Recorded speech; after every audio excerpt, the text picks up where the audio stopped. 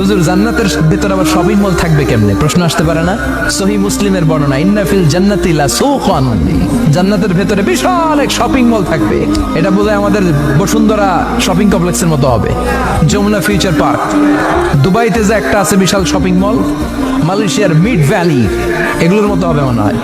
কত বিশাল যে shopping mall হবে। সহিহ মুসলিমের বর্ণনা, প্রতি শুক্রবারে সব জায়গা থেকে বন বন করে মৌমাছির মতো জান্নাতীরা ওই শপিং মলে শপিং করতে আসবে। ইচ্ছে মতো দেদারসে পোশাক কিনবে, ইচ্ছে মতো শপিং করবে, টাকা দেয়া লাগবে না, ক্রেডিট কার্ড লাগবে না। সুবহানাল্লাহ পড়েন। ইচ্ছে মতো শপিং করবেন। দুনিয়াতে একটু কষ্ট করে হালাল উপার্জন করে খেয়ে যান। আল কানাআতু মিনাল ইসলাম, অল্পে খেয়ে তুষ্ট থাকা আর আল্লাহ শুকরিয়া করা, এটার নামই ইসলাম। অল্প খাও, অল্প পড়ো, অল্প জমাও, অল্পের ভেতরে বরকত ঢুকাই দিছে কে? অনেকে দেখবেন অনেক খাই খাই নাই নাই করে, এটা যাদের স্বভাব তাদের কখনো বরকত হয় না। অল্প খাবেন, অল্প পড়বেন, আর হালালের সাথে সম্পর্ক করবেন।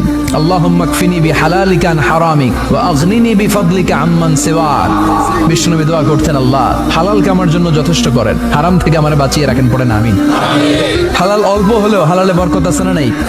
হারাম বেশি হলেও এটাতে কোনো বরকত নাই, ঠিক কিনা?